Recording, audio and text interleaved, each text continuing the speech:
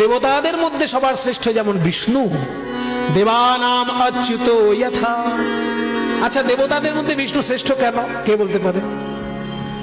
আজকে মজার সব কথা বলবো। শিব ঠাকুর শ্রেষ্ঠ হলো না, ব্রহ্মা শ্রেষ্ঠ হলো না, ব্রহ্মা বিষ্ণু মহেশ্বর এই তিনজনই তো প্রধান। তাহলে ব্রহ্মাকে এক নম্বর দেবতা বলা হলো না, শিবকেও কিন্তু দেবতা হিসেবে এক নম্বর বলা হচ্ছে না, বিষ্ণুকে বলা হচ্ছে কেন? শুনে রাখুন, ব্রহ্মা বিষ্ণু মহেশ্বর তিনজনের মধ্যে বিষ্ণু হচ্ছে সব থেকে বেশি সহ্য শক্তির অধিকারী। আর সহ্য শক্তি পৃথিবীতে যার যত বেশি, সে হচ্ছে তত শ্রেষ্ঠ। বড় ভাই, মেজ ভাই, ছোট ভাই, তিন ভাইয়ের মধ্যে বড় ভাইকে সব থেকে বেশি সহিষ্ণু হতে হয়, কারণ ছোটরা যা খুশি তাই দাদাকে বলে দেয়, কিন্তু দাদা যা খুশি আচরণ করলে সংসার ভেসে যাবে। ওই জন্য সহ্য শক্তিটা দাদাদের মধ্যে বেশি থাকে ভাইয়ের তুলনায়, এটা স্বাভাবিক ব্যাপার। তেমনি ব্রহ্মা বিষ্ণু মহেশ্বরের মধ্যে বিষ্ণু সব থেকে সহ্য শক্তি কে প্রমাণ করেছিলেন? ভৃগু। ভৃগু একবার চিন্তা করলেন, আমি আজকে পরীক্ষা করেই ছাড়বো ব্রহ্মা বিষ্ণু মহেশ্বর এই তিনজনের মধ্যে কে শ্রেষ্ঠ। তাই সবার আগে গিয়ে ব্রহ্মাকে নিন্দে শুরু করলেন। এই যে ব্রহ্মা, দিনরাত্র মন্ত্র পাঠ করেন, আপনি নাকি সৃষ্টিকর্তা, তা সৃষ্টির মধ্যে এত ছোটখাটো ভুল কেন আপনার?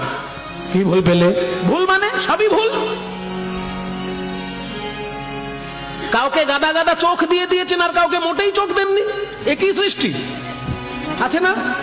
এই জগতে এমন জীব আছে তার চোখই নেই, নাম করুন দেখি। বাহ, জীবন বিজ্ঞান পড়েছেন, জীবন বিজ্ঞান এগুলো পাওয়া যায়। চোখই নাই, অথচ সেই জীব, তার নাম হচ্ছে কেঁচো। আবার এমন জীব আছে তার গাদা গাদা চোখ নিয়ে ঘুরছে, যেমন আরশোলা। আরশোলার থেকে পুঞ্জাক্ষী।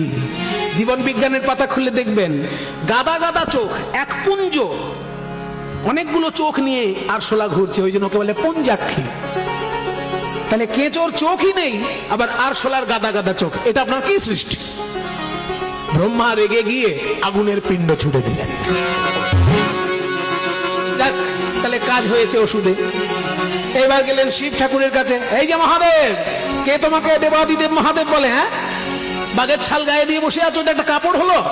ছি ছি ছি ছি ছি ছি ছি, জামা কাপড় ঠিক নেই, বাঘের ছাল গায়ে দিয়ে বসে আছো, গায়ে ছালের মধ্যে যদি জল পড়ে কিরকম দুর্গন্ধ ছাড়ে। তুমি একটা দেবতা, সারা গায়ে ছাই মেখে বসে আছো, হাড়ের মালা, সাপের মালা, আর ওই বাঘের ছাল, এই তুমি দেবতা? যেই না নিন্দে করেছে, শিব ঠাকুর রেগে গিয়ে ত্রিশূল ছুঁড়ে দিয়েছে। একদিকে আগুনের পিণ্ড ছুটে আসছে, একদিকে ত্রিশূল ছুটে আসছে।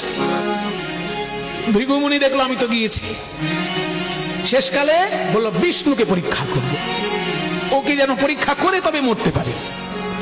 তো দেখে কি, পরীক্ষা কাকে করবো? সে তো ঘুমোচ্ছে সাপের বিছানা তৈরি করে, বিরাট এক মোটা সাপের বিছানা তৈরি করে। হ্যাঁ, বিষ্ণু ঘুমাচ্ছেন। আরে বাবা, যে ঘুমোচ্ছে তাকে আর কি নিন্দে করব? এই জন্য রেগে গিয়ে ভৃগুমুনি একদম বিষ্ণুর বক্ষে পদাঘাত করল। বিষ্ণু বক্ষে চরণ চিহ্ন, বিষ্ণু বক্ষে চরণ চিহ্ন, কপালের লেখা কে খণ্ডা,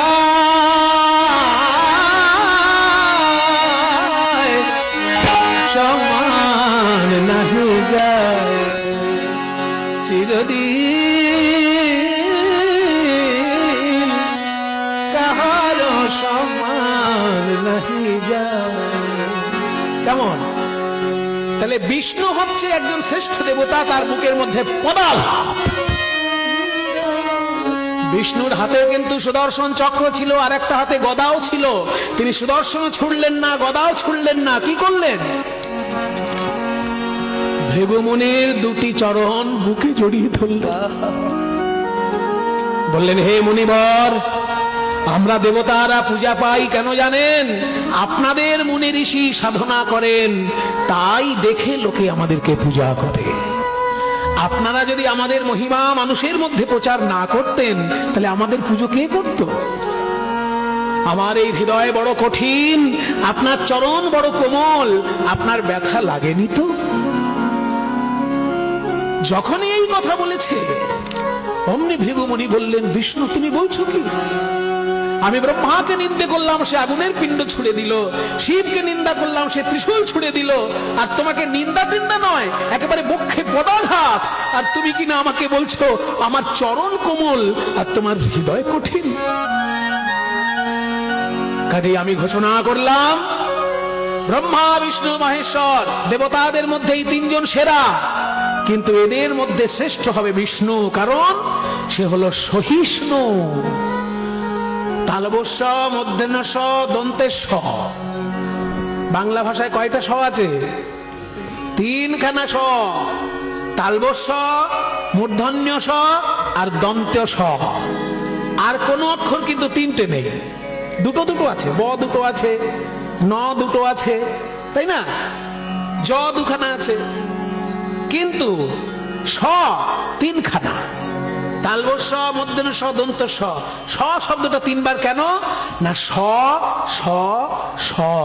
যে সয় সে মহাশয়, আর যে নাশ হয় সে নাশ হয়। তাই ব্রহ্মা বিষ্ণু মহেশ্বরের মধ্যে বিষ্ণু শ্রেষ্ঠ, কারণ তিনি সহিষ্ণু। ভাগবতের দ্বাদশ স্কন্ধে কি বলল? নদীদের মধ্যে যেমন গঙ্গা শ্রেষ্ঠ, দেবতাদের মধ্যে যেমন বিষ্ণু শ্রেষ্ঠ, বৈষ্ণবানাম যথা শম্ভু, বৈষ্ণবগণের মধ্যে যেমন শিব ঠাকুর শ্রেষ্ঠ, পুরাণানাম ইদং তথা, 18টা পুরাণের মধ্যে শ্রীমদ্ ভাগবত মহাপুরাণ শ্রেষ্ঠ। এই জন্য বলা হলো যে বৈষ্ণব আচার্যগণের মধ্যে শিব ঠাকুর তৃতীয়, কিন্তু বৈষ্ণব হিসেবে তিনি শ্রেষ্ঠ আসনের অধিকারী। তো আপনি যদি বৈষ্ণব ধর্ম পালন করেন, আপনার ধর্মে যিনি 1 নম্বরে আছেন তাকে স্মরণ না করে আপনি এগোতে পারবেন?